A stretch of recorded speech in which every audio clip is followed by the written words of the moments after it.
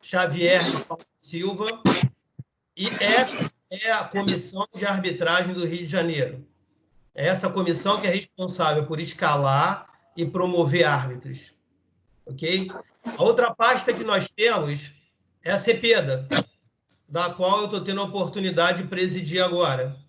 Então, o presidente da CEPEDA, que é a Comissão Especial de Planejamento e Desenvolvimento de Arbitragem, sou eu. Essa pasta nossa da CEPEDA, ela é responsável por toda a parte de instrução. Nós não nos envolvemos com escala de árbitro e nem promoção de árbitro. A nossa pasta ela está única e exclusivamente voltada para a parte de instrução de árbitros. O coordenador geral dessa pasta é o Sérgio Santos, Sérgio Oliveira Santos. É o mesmo que é o presidente da COAF-RJ. Então, assim, o Sérgio ele está nas duas pastas, uma como vice-presidente e outra como coordenador geral. Embora sejam pastas diferentes, nós temos caminhado de mãos dadas. Tanto a COAF-RJ quanto a CEPEDA, né, que é a Comissão Especial de Planejamento, nós temos caminhado de mãos dadas. Eu não tomo nenhuma decisão sem consultar ao presidente da COAF-RJ, que é o Zé Carlos Santiago, e ele também não tem tomado nenhuma posição, nenhuma decisão sem antes me consultar. Lembrando que a decisão final da CEPEDA é minha, e a decisão final da COAF é do Santiago. Então, assim, Santiago e o Sérgio Santos respondem pela COAF-RJ e eu e o Sérgio Santos respondemos pela CEPEDA. Feito isso, essas apresentações, eu vou passar para os nossos instrutores. Nós tivemos uma renovação no nosso quadro de instrutores. Entraram alguns instrutores novos. Esses instrutores participaram de um curso que teve uma duração próxima de um ano, não acredito que tenha sido um ano, mas assim, próxima de um ano. Nós trabalhamos com esses instrutores, passamos todas as informações para eles, e eles agora são nosso quadro de instrutores, esse que se apresenta aí. Então, tá a CEPEDA, que é a Comissão Especial de Planejamento e Desenvolvimento da Arbitragem, e nós temos os instrutores técnicos, que é o Edilson Soares da Silva, o Ednei Guerreiro Mascarenhas, o Gilmar Farto Fernandes, o Hilton Moutinho Rodrigues, o Jackson Lourenço Massara dos Santos, a Julieta Regis, o Luiz Antônio da Silva Santos, o Marcelo Silva Nascimento, o Robson Faria Martins, a Simone Xavier de Paulo e Silva, o Wendel de Paiva Gouveia. Esses são os instrutores técnicos. Os instrutores físicos são Paulo Roberto da Silva Barroso e o Eric Salum Godoy. Então, assim, esse é o corpo da CEPEDA. Né? Esse ano nós inserimos os instrutores novos, aqueles que fizeram um curso, que foi o Ednei Guerreiro, o Luiz Antônio da Silva Santos, o Marcelo Silva Nascimento, o Robson Faria e o Wender de Paiva Gouveia. Então, esses são os instrutores novos. Então, como vocês veem, a nossa pasta tem um corpo, que são esses instrutores que eu estou apresentando para vocês. E são eles que vão trabalhar com vocês nas aulas presenciais, tanto teórica quanto prática. Ok? Vou passar agora a palavra agora para o doutor físico Paulo Barroso, para que ele converse com vocês. Alguns não o conhecem ainda, porque não tiveram a oportunidade de trabalhar com ele, mas ele vai conversar com vocês agora, e logo após a fala do Paulo Barroso, nós vamos passar para o Gilmar Farto esclarecer a avaliação que foi realizada ontem.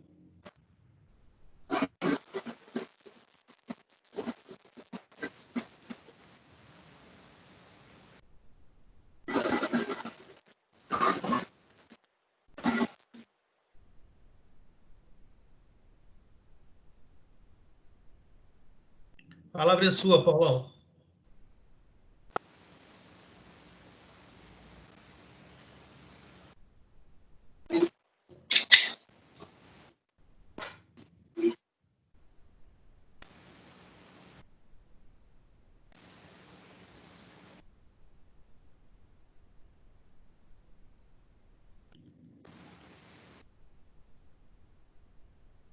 Paulão, está na escuta?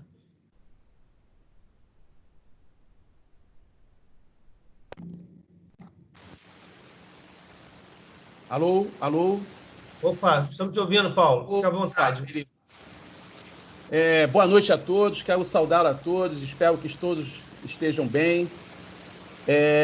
A nossa passagem aqui hoje é para falar sobre dois aspectos muito importantes que o Pilar Físico fez durante esse período.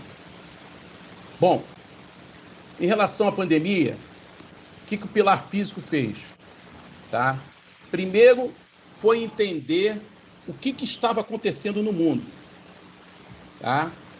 Para isso, fizemos uma capacitação de um curso no Ministério da Saúde, quando o Ministério da Saúde tinha ministro, né? Fizemos esse curso, entendemos mais a dinâmica da doença e nos preocupou muito, porque, paralelo a isso, nós conversamos com muitos médicos de várias áreas, desde a área desportiva até pneumologista. E o que nos preocupou é a questão da agressividade do vírus, que ataca justamente o pulmão. Por conta disso, nós orientamos todos os árbitros que fizessem treinamentos em espaço reduzido. Por que isso? Para que se evitasse que, de alguma maneira, vocês se aglomerassem buscando, né, aquela famosa encontro, enfim, aquelas pausas que tem durante os intervalos de treino, aquele bate-papo, e isso não era recomendável.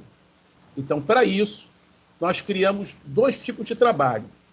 Um em espaço reduzido e o outro para quem tem o benefício de treinar num campo sozinho. Eu vi alguns colegas fazendo isso, né, que não tinha nenhuma aglomeração, que não tinha... Enfim, nós também passamos esse protocolo. Eu quero lembrar a todos vocês que ninguém aqui está buscando performance. Não tem, neste momento, ninguém no mundo buscando performance.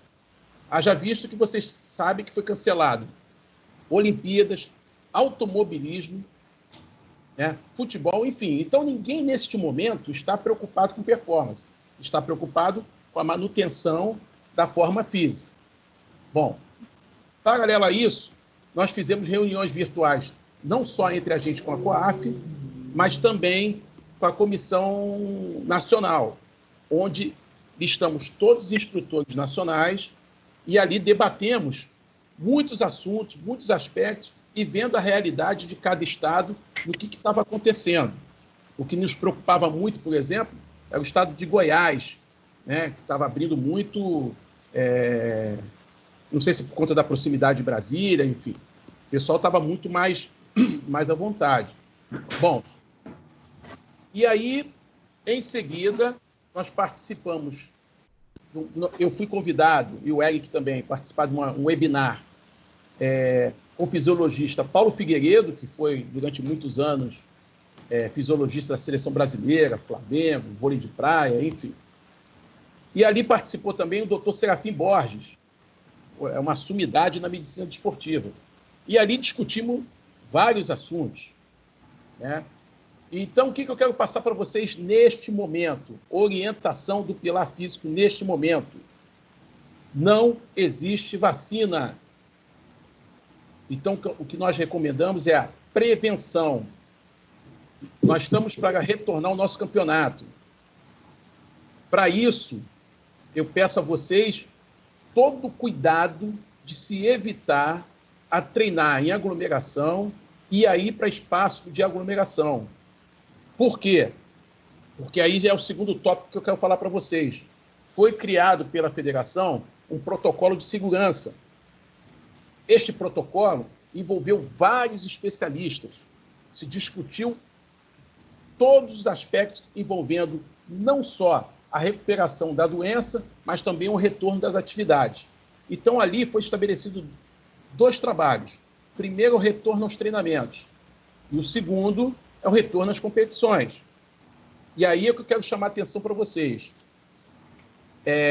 Aqueles que estão envolvidos na competição têm que estar preocupados, principalmente nesse período agora. Por quê? Porque quem vai trabalhar nesses jogos serão testados. Então, os árbitros que forem trabalhar nesses jogos serão testados. E aí, se for, com certeza, se for diagnosticado que vocês estão com o vírus, com certeza vai ser isolado, não vai poder participar.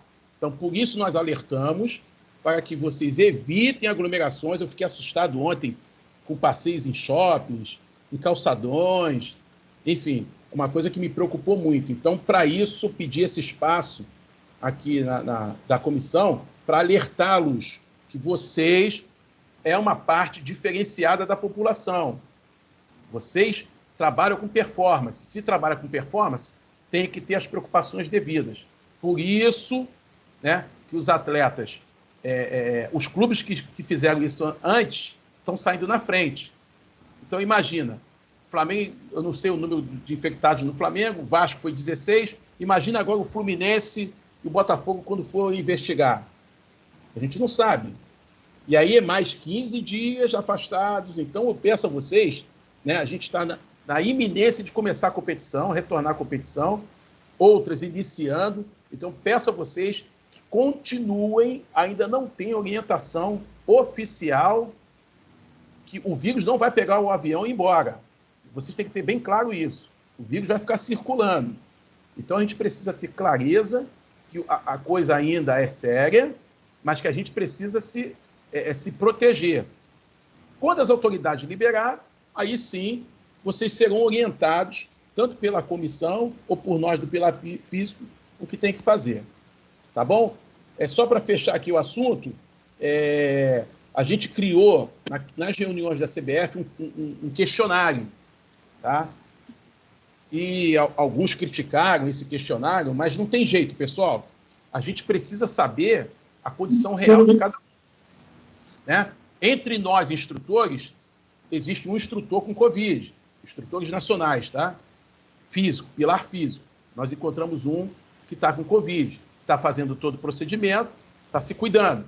Então, a gente precisa identificar isso. Então, a ideia do questionário e depois a testagem, tá? É para isso, tá? Vai virar uma rotina para vocês, aconselho a vocês, ao longo do tempo, adquirirem esse termômetro digital, para a proteção de vocês e da família de vocês mesmo, tá? Porque isso vai ser uma prática rotineira nossa, tanto nos treinamentos, tá?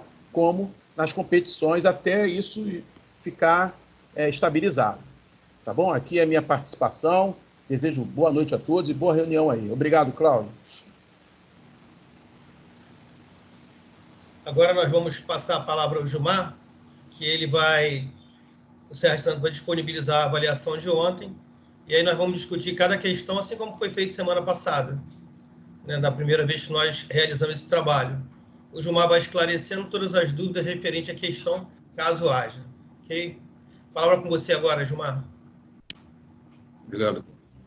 Boa noite a todos. Assim como os outros colegas que se manifestaram, né, eu também espero que todos estejam bem, que todos estejam se cuidando, né, com relação à situação da Covid, que é realmente uma coisa muito séria e que tem atingido muita gente.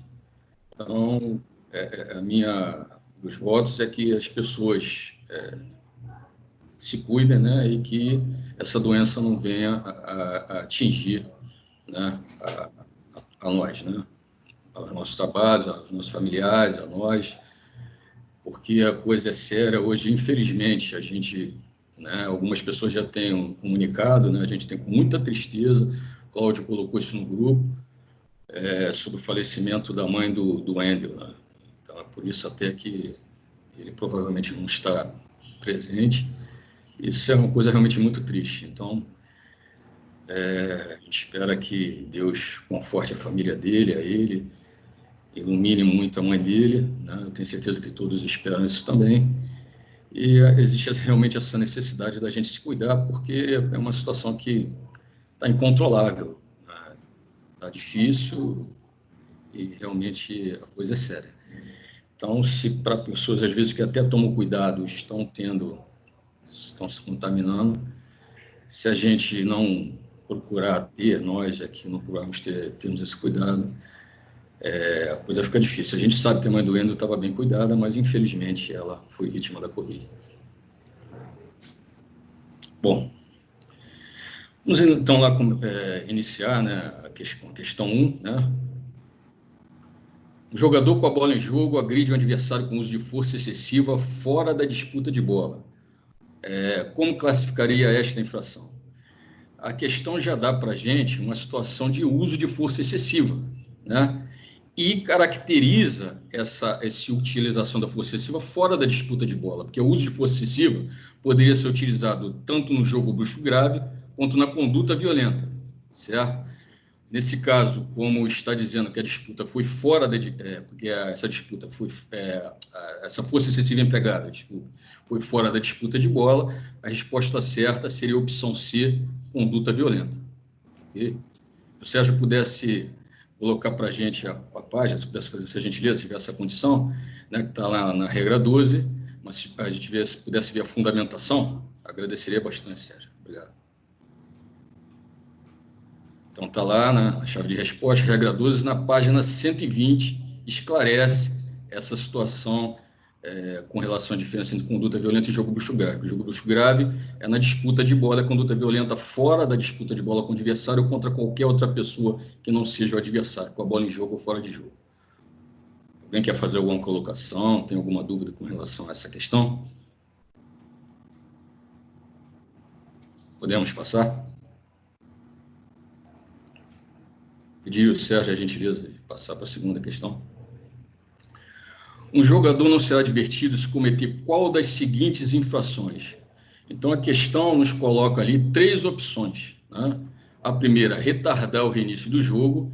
Essa opção ela está contemplada na regra 12 com relação às situações de advertência com cartão amarelo, assim como está o atleta ser culpado de conduta andesportiva. Então, a única opção que caberia não ser uma advertência, sim uma expulsão, seria empregar linguagem ofensiva, grosseira ou obscena. Os gestos da mesma natureza, apesar de não estar explicitado dessa forma na regra, ele também são gestos ou linguagem ofensiva, grosseira ou obscena. Então, a resposta correta seria a opção C. Alguém tem alguma colocação? Alguém tem alguma dúvida com relação a essa questão segunda? Está ali a fundamentação, o Sérgio colocou para a gente, regra 12, né, nas páginas 116, 118 e 119. Ok? Podemos passar? Obrigado, Sérgio.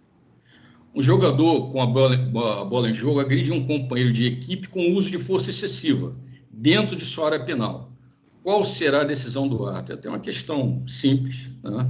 A bola está em jogo, essa ocorrência, essa infração, que é uma falta, uma falta, né? Um tipo de infração caracterizada como uma falta cometida contra um companheiro de equipe com uso de força excessiva. Então, se já está colocando uso de força excessiva, a gente já tem ali a caracterização, né, do tipo de penalização, né, que seria, né, a expulsão.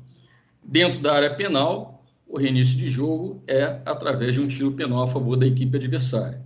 Então, seria a letra A, expulsar o jogador agressor e determinar o reinício da partida através de um tiro penal a favor da equipe adversária. E a fundamentação está na página 12, na regra 12, desculpe, páginas 118 e 19, e também para contemplar essa situação de que a infração foi cometida dentro da área penal e por isso ocorreu um tiro penal a favor da equipe adversária, a regra 14, página 129. Alguma colocação dos colegas? Alguma pergunta? Podemos passar? Peço ao Sérgio a gentileza, então, de passar, por favor, Sérgio. Bom, questão 4. No momento em que a bola está tentando... No momento que o goleiro está tentando lançar a bola com as mãos, um adversário intercepta, impedindo-o de lançá-la. Isso é permitido? Então, nós temos 3 opções ali que colocam para a gente uma situação de negativa para essa situação, né? Então, não, o fato de impedir o goleiro de lançar a bola com as mãos é uma infração. O ato deverá paralisar, é que eu não estou tendo a continuidade da leitura. Você tem como abrir para mim, Sérgio, por gentileza? Pudesse fazer esse favor para mim, colocar a fundamentação e a Obrigado, Sérgio. Muito obrigado. Obrigado. Muito obrigado. Então, assim, não, o fato de impedir o goleiro de lançar a bola com as mãos é uma infração, assim como todas as opções traz esse enunciado. O ato deverá paralisar a partida e determinar o seu reinício através de um tiro livre indireto a favor da equipe adversária. A resposta seria essa. Na letra B, o fato de impedir o goleiro de lançar a bola com as mãos é uma infração de que ele será advertido e o reinício com um tiro livre indireto. Essa situação ela não é contemplada na regra 12. Né? Ele não especifica porque o reinício com tiro livre indireto é um fato visto por nós com relação a esse tipo de situação. Né? Mas, se a gente for lá verificar lá as medidas disciplinares com relação à advertência com cartão amarelo, né? E estão elencadas ali as situações, por exemplo, de conduta desportiva, esse caso especificamente não é contemplado. Poderiam ocorrer umas outras situações, só se fossem situações muito específicas, uma equipe com jogadores todas no campo adversário, o goleiro tentasse lançar, uma situação de impedir um ataque promissor, a gente poderia vir a punir esse jogador com cartão amarelo, mas isso aí não está sendo colocado na questão. Então, simplesmente impedir o goleiro de lançar a bola com as mãos ou com os pés é uma infração que deve ser punida tecnicamente com um tiro livre indireto a favor da equipe adversária. Tá ok? Alguém quer fazer alguma colocação? Quer fazer alguma pergunta? Gilmar, fazer uma pergunta. Sim. Em relação àquele lance que aconteceu na Copa do Mundo, que o Thiago Silva foi suspenso daquela última partida antes do jogo contra a Alemanha. Foi exatamente esse lance aí, não foi? Não sei qual foi o jogo. Realmente não sei qual foi o jogo. Qual o jogo que você falou? Não sei. Do Brasil enquanto contra outra equipe, mas o Thiago Silva foi suspenso, que impediu a reposição de um ataque divertido. Eu te confesso que eu fiquei na dúvida nessa questão, tá, Gilmar? Por questões dele impedir um ataque, então eu tentei pegar uma resposta mais completa. Entendi. E por isso eu fiquei na dúvida, queria entender se poderia ou não caber essa outra resposta nessa questão. Não, eu entendo a sua colocação, Perito, porque, na verdade, assim, ela gera esse tipo de encaminhamento. Mas essa questão, eu cheguei a colocar exatamente com essa opção B, exatamente para poder chamar atenção. E diante de situações... 455 casos, ó. Oi? Especialistas alertam que os números do Brasil podem ser ainda maiores por causa da subnotificação. O Brasil é um dos países que menos testam a população do mundo. Isso eu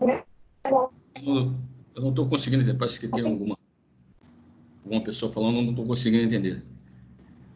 Bom, então, assim, ele nos levaria realmente para esse tipo de situação. Mas, assim, a gente fazendo a consulta ao livro de regras, sendo simplesmente uma infração, né, de jogo, sem assim, um emprego, sem caracterizar a natureza da infração, uma temeridade no lance, até, de repente, o uso de força excessiva, impedindo esse jogador, o goleiro de repor a bola com as mãos ou com os pés, aí nós teríamos uma situação de punição. Mas simplesmente o fato de impedir o goleiro de repor a bola com as mãos ou com os pés, a gente entende que seria apenas uma infração com o reinício da partida através de um tiro livre indireto, sem punição disciplinar. Tá? Quer fazer mais alguma colocação, Elisa? Não, Gilmar, tá perfeito. Obrigado. Alguém quer fazer mais alguma colocação, por gentileza? Podemos passar... Gilmar, De Lima está falando aqui, Marcelo De Lima. Tudo bem? Ou não? Tudo bom? Só para lembrar aí que seria cartão amarelo, no caso, se o jogador impedisse um ataque promissor. Vamos dizer que todo mundo está dentro da área, os 20 jogadores dentro da área. Esse goleiro pega a bola, vai ligar um ataque promissor e esse adversário impede a reposição do goleiro, impedindo um ataque promissor, se assim o árbitro julgasse, aí sim poderia ser advertido com cartão amarelo, mas pela questão aí eu creio que não seja o caso. Perfeito, Lima. A tua colocação foi perfeita, né? Eu cheguei a começar a colocar essa colocação e você complementou de uma maneira muito eficiente. Essa colocação do Lima é perfeita. Se por acaso, vamos dizer, uma equipe estivesse atacando, tivesse praticamente os 10 jogadores, exceto o goleiro, ou às vezes até o goleiro, né? Dependendo da situação do jogo, né? Da importância de um gol que seja marcado, o goleiro, o defensor, tentar repor essa bola, né, colocar numa situação de um ataque promissor. Nesse tipo de caso, o De Lima está coberto de razão, ali impedir um ataque promissor era motivo de cartão amarelo pela falta tática. Perfeito, De Lima. Perfeito. Um colega quer colaborar mais com alguma coisa, quer fazer alguma colocação, quer fazer alguma pergunta ainda sobre essa questão? Podemos passar? Fundamentação. Essa aí já é outra, né, Sérgio? Essa aí já é outra, né? Está lá na regra 12, né? Com relação à punição disciplinar, né? Para efeito de punição disciplinar com cartão amarelo, retardar, né, o reinício, a reposição de bola do goleiro com as mãos ou com os pés. Tá legal? Então, o Sérgio colocou ali para a gente, regra 12, obrigado, Sérgio, página 113. Ok, pessoal? Essa é a fundamentação com relação a essa resposta. Podemos passar, então?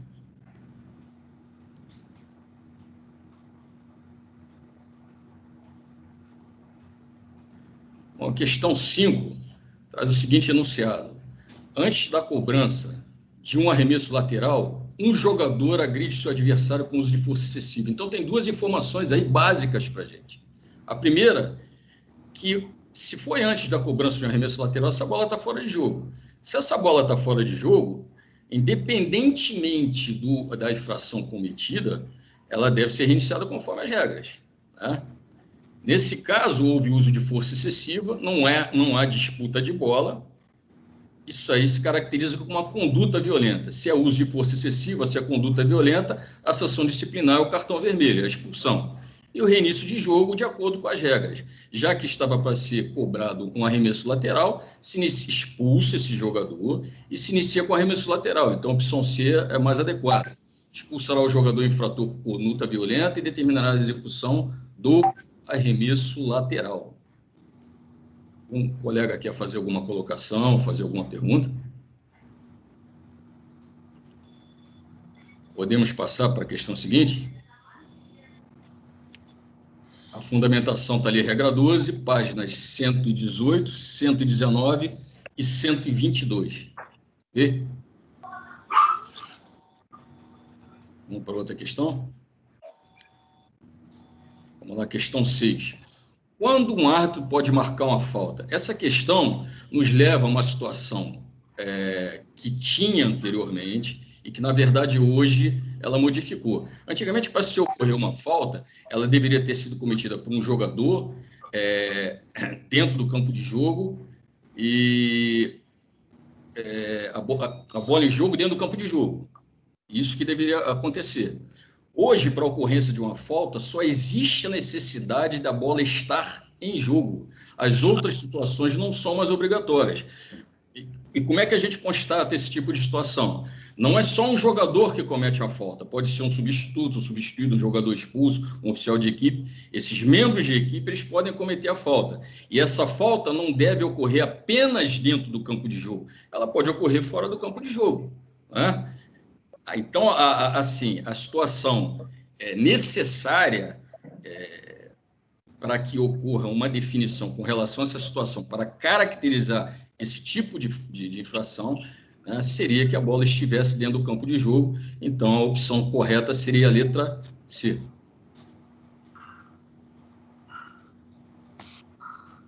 Se o Sérgio puder botar a fundamentação para a gente, eu agradeço.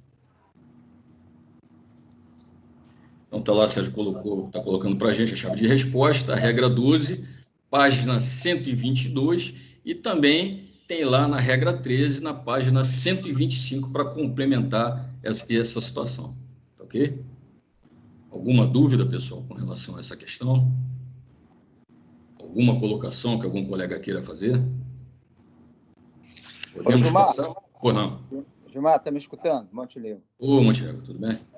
Tudo bem. E olha só, essa pergunta, eu fiquei meio intrigado com ela. Por quê? Sim. Por que motivo? Porque realmente o último quesito, para mim, seria o mais certo. Mas o primeiro quesito, para mim, não deixa de estar certo também, na minha opinião, tá? Entendi. Não deixa de estar certo também. Ela pode não estar tão certa como a última, mas ela também não pode estar errada. Isso é a minha opinião. Não, a sua opinião ela tem validade, sim. Ali, na verdade, a gente procura marcar a melhor opção. Mas quando coloca assim, desde o início da partida até o seu final, a bola pode estar fora de jogo. Entendeu? E como a bola pode estar fora de jogo, não se caracterizaria essa situação que é buscada, que é exatamente o quê? Bola em jogo. Por isso que a opção A não seria a melhor opção. Eu concordo até com você, Gilmar, sobre isso. Eu acho que seria até um complemento da resposta, seria esse, o primeiro quesito e o complemento, desde que a bola esteja em jogo. Sim, é que eu entendo a tua colocação. O que, na verdade, busca nessa situação é essa caracterização para se definir uma falta, que antes tinham 3 elementos e agora só existe um. Isso realmente ocorre desde o início até o final da partida, você está certo com o que você está falando. Mas é que desde o início até o final da partida, a bola pode estar fora de jogo. Seria por esse motivo, entendeu? Então, por não ser, não necessariamente ter que ser cometida por um jogador. Então, por esse motivo, a opção escolhida foi assim, porque necessariamente a bola teria que estar em jogo. Mas a tua observação é válida. Perfeito. Tá ok. Obrigado, Gilmar. Então, à vontade. Fica à vontade, Montenegro. Obrigado a você. Mais algum colega quer fazer alguma colocação? Quer fazer alguma pergunta? A fundamentação está lá na regra 12, página 122, e também na regra 13, página 125. Ok, pessoal? Podemos passar? Vamos seguir, então?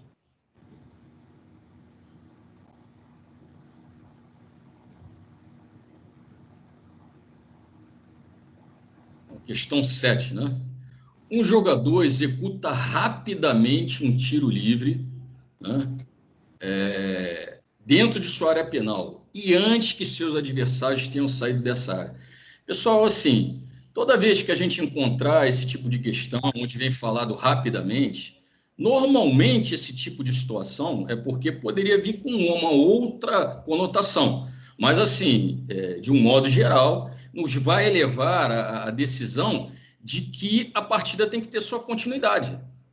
Por quê? Quando um jogador defensor cobra um tiro livre dentro de sua área penal, né, ou executa, por exemplo, um tiro de meta, se ele cobra rapidamente, isso está caracterizado, está explicitado ali na questão, ele abdica do direito de o árbitro voltar com a situação de que os adversários tenham que estar fora da área penal nesse momento, porque ele tomou a iniciativa de cobrar rapidamente. Então, quando a gente entende que ele cobra rapidamente, teoricamente não teria dado tempo do jogador atacante ou dos jogadores atacantes saírem da área penal, certo? E nesse caso, se eles interceptarem um deles, normalmente seria um deles, interceptar essa bola, essa jogada deverá ter sua continuidade. Se ocorrer um gol, o gol será válido.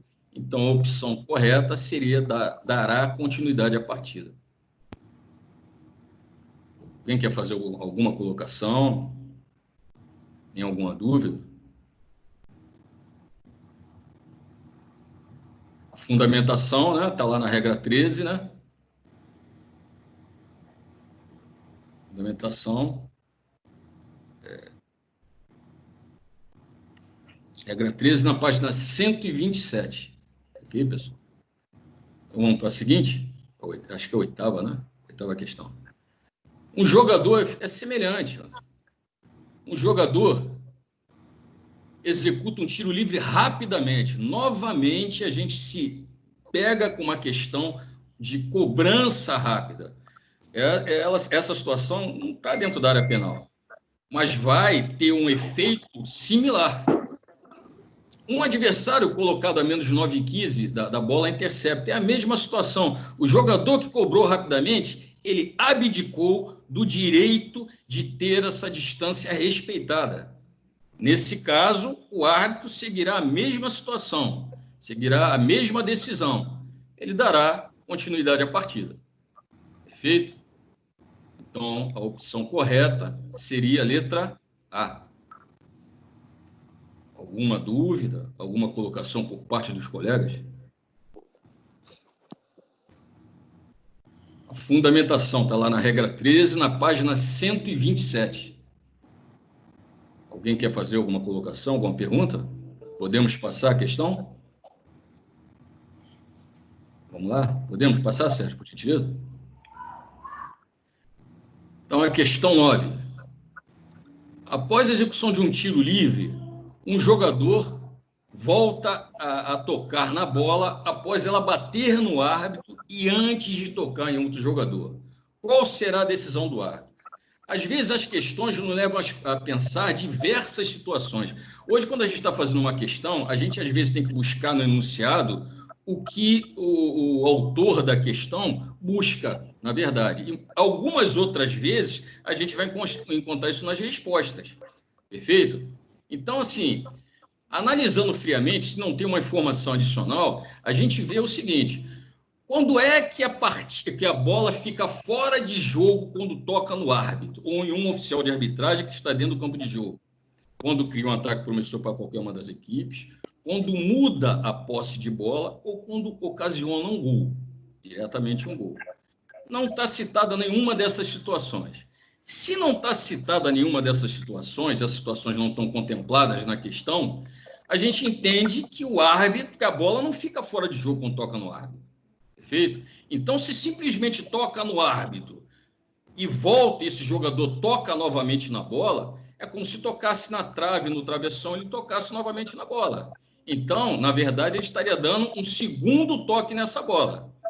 Na questão, não vem dizendo se esse toque é feito com a mão ou com outra parte do corpo, com o pé, por exemplo. Tá certo? Então, assim, a melhor opção seria a letra C, porque essa infração com a mão poderia ocorrer dentro da área penal, seria marcado um tiro livre direto, ou com a mão fora da área penal, um tiro livre direto, dentro da área penal, um tiro penal, ou um tiro livre indireto, se ocorresse dentro ou fora da área penal, com outra parte do corpo que não fosse o braço ou a mão, né, contra a equipe do infrator por tocar 2 vezes na bola. Alguém quer fazer alguma colocação? Alguém quer fazer alguma pergunta? Gilmar, Perito, não sobre a questão em si, mas eu gostaria de debater um pouquinho sobre a questão do bola ao chão.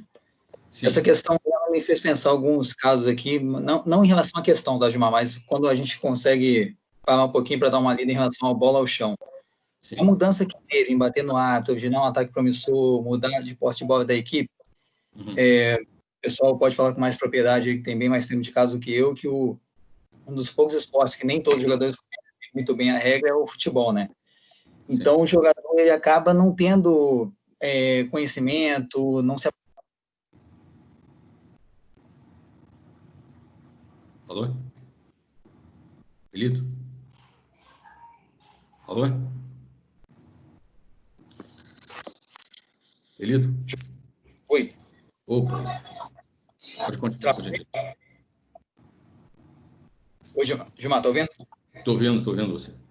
Opa, nem sei qual parte parou, eu só reforçar o seguinte, em relação ao bola ao chão, tá, Gilmar? Não em relação à questão em si, mas sim, debater em relação ao bola ao chão, sim, gostaria de bater um papo é o seguinte, nem todo jogador acaba conhecendo a regra de futebol como um todo. Então, digamos aqui, o jogador cobra o tiro livre e tem um jogador do lado dele aqui, não importa em posição de impedimento ou não, mas ele se assusta e acaba interceptando essa bola. Se a bola vai para o outro jogador, muda a posse de bola, a gente sabe que vai parar o jogo. Mas ele, na intenção de impedir alguma coisa, ele vai lá e acaba tocando nessa bola. Então, sim, essa bola, ela acaba, de qualquer forma, com a infração que ele cometeu, ela também tem a questão de mudar de posse de bola da equipe. Isso aí, tu vê alguma forma de juntar essas duas questões em uma só? Dá para debater ou... Não, porque, na verdade, assim, eu entendi o que você falou, mas assim, simplesmente foi uma jogada normal, que um jogador de uma equipe toca, o adversário intercepta. Se eu estiver errado no meu entendimento, você me corrija, por favor. O adversário intercepta e essa bola toca, muda de posse. Mas aí é uma situação quando bate no árbitro. Quando bate no árbitro e muda a posse de bola, aí sim. Nesse caso, deverá ser interrompida a partida e deverá ser reiniciado com bola ao chão, no local onde tocou no árbitro, e a favor da equipe que deu o último toque. Perfeito? Aí sim. Se não ocorrer uma daquelas três situações, o árbitro, teoricamente, vamos usar esse termo, ele é neutro. Né? Não, a bola não fica fora de jogo, a bola continua em jogo. Né? Então, nessa situação, não houve mudança de bola, a bola não entrou diretamente no gol, né? E não houve a criação de um ataque prometedor para qualquer uma das duas equipes.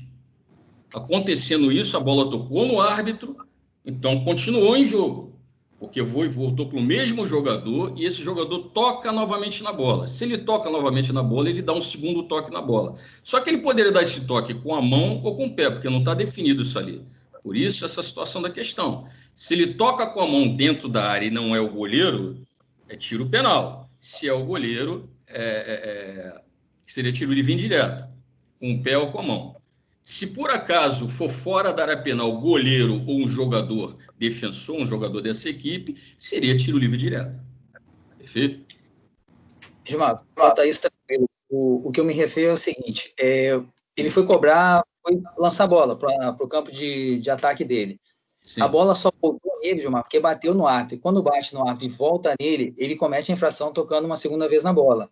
Mas se não bate... É um reinício de jogo. Isso. Se é um reinício de jogo, sim.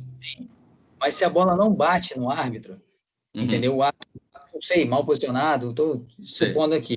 A bola bateu no árbitro, ter batido nele, que ele tocou uma segunda vez. Ele não teria intenção de tocar de novo na bola, a não ser que ela bateu no árbitro e veio na direção dele. E ele, com medo de evitar um ataque promissor, de qualquer coisa, ele acaba tocando. Isso que eu achei que dava para debater esse caso, mas eu entendo, a questão ela tá clara, não é em relação à questão em si, mas com relação à bola. Essa possibilidade.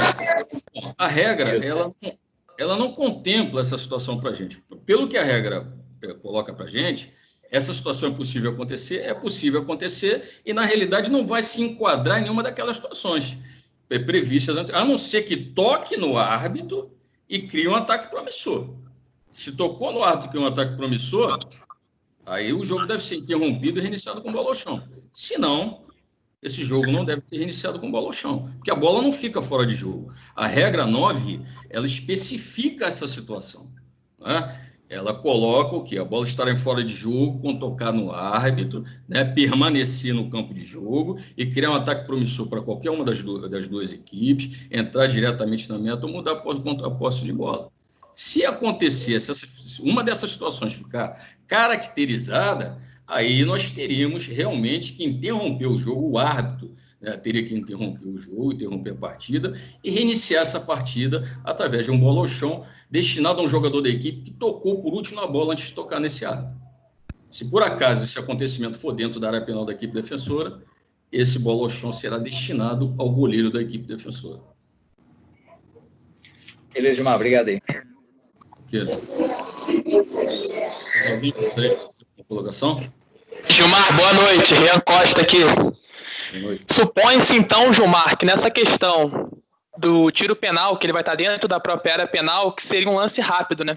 Algumas situações contempladas ali seriam lances mais rápidos, até pela questão de proximidade em relação ao árbitro, para a bola voltar para esse jogador e tocar na mão dele. Poderia ser, mas assim, poderia ser um descuido na hora que ele foi, de repente, fazer o reinício de jogo, ele saiu de uma maneira, se distraiu, saiu de uma maneira indevida e acabou ocasionando um segundo toque e que veio trazer esse toque, essa penalização.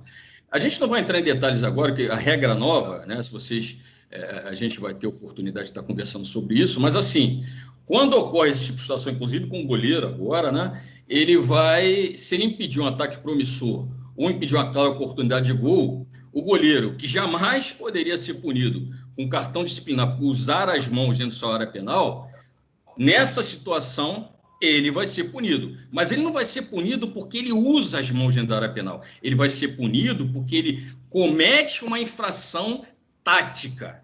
E por esse fato de vir a tocar, as novas alterações já permitem a expulsão de um goleiro com cartão vermelho ou a advertência desse goleiro com cartão amarelo. Então depende da situação realmente. Isso vai depender da situação. Poderia ser um lance rápido, poderia ser um lance mais lento, um descuido, de repente, desse goleiro, e que venha a trazer, assim, ali, na verdade, falo até de um jogador, né? Não especificamente o goleiro, mas porque tem nas alterações, nas novas alterações, vem colocando uma situação do goleiro. Então, assim, poderia ser um lance rápido, poderia ser um lance não tão rápido, mas provavelmente aconteceria num lance rápido. Provavelmente aconteceria num lance rápido. Perfeito, Gilmar, obrigado. Alguém mais quer fazer alguma colocação? Quer fazer alguma pergunta? Está lá a fundamentação na regra 13, na página 127. Podemos passar, pessoal, para a próxima? Okay. Vamos lá, por gentileza, Sérgio? Obrigado. Bom, a última questão, né? A 10ª questão. Um jogador fora de sua área penal executa um tiro livre em direção à sua meta. Bom, tiros livres em direção à própria meta, cobrado pelo jogador, que entre diretamente na própria meta, sejam tiros livres diretos ou indiretos, o reinício de jogo já sabemos que é com tiro de canto, certo? Se for na meta adversária, o tiro livre direto é gol, o tiro livre indireto é tiro de meta. Bom, então a gente já tem ali, em princípio, lendo a questão, até esse momento, esse jogo será reiniciado com tiro de campo. Mas, assim, tem uma outra situação que é colocada ali na questão. O goleiro tenta evitar que a bola entre na meta. Porém, mesmo ficando...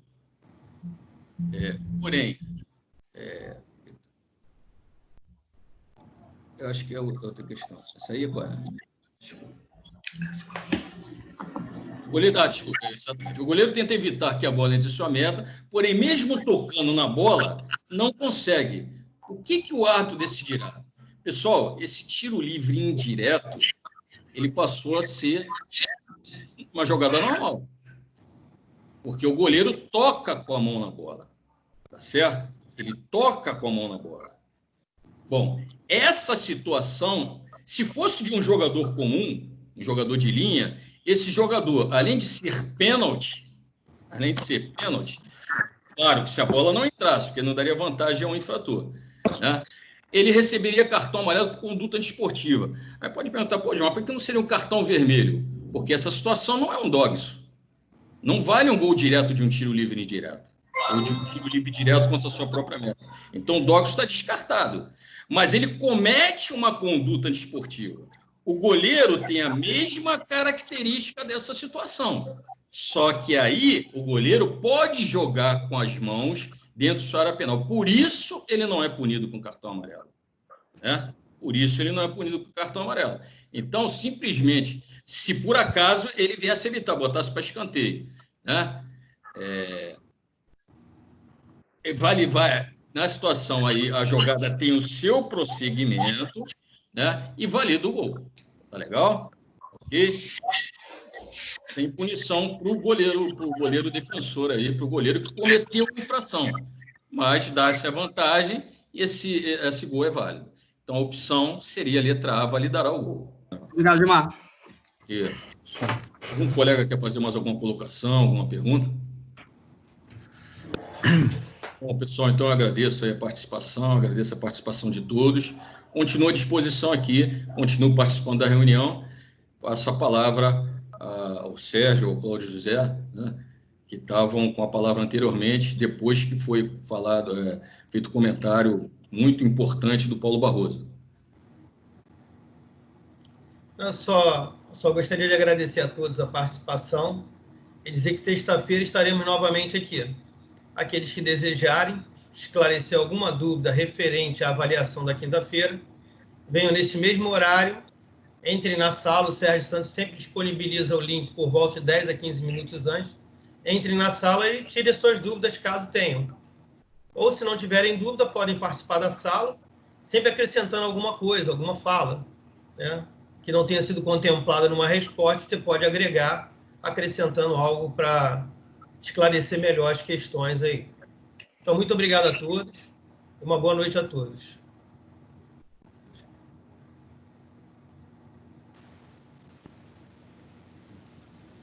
Antes de sair aqui, só para acertar um detalhezinho, o Paulo Barroso, no início da fala, ele falou que o Ministério estava sem ministros da saúde.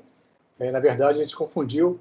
O Ministério tem ministro, ele só não é médico, mas tem ministro, é interino e está lá funcionando, ok? Só para ficar acertado isso, que está gravando aqui a aula, para não ficar uma coisa meio que política dentro do nosso trabalho, ok? Perfeito, Sérgio. Perfeito. Eu ia fazer essa correção. Obrigado. Então é isso. Ninguém mais tem a falar. Vamos lá por encerrado gostaria... aqui. Fala. Claudinho, se você puder, você, o Gilmar, os instrutores puderem ficar na sala para a gente conversar depois, eu agradeço. Pessoal, um abraço. Boa noite a todos aí. Boa noite. Boa noite a todos.